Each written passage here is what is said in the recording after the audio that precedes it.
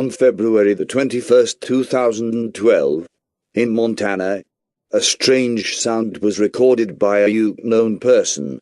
The user claims it sounds like the trumpet of the apocalypse, but for sure it's a rare sound. The dog in the video appeared to be scary. Watch it now. This is special report for WHD TV.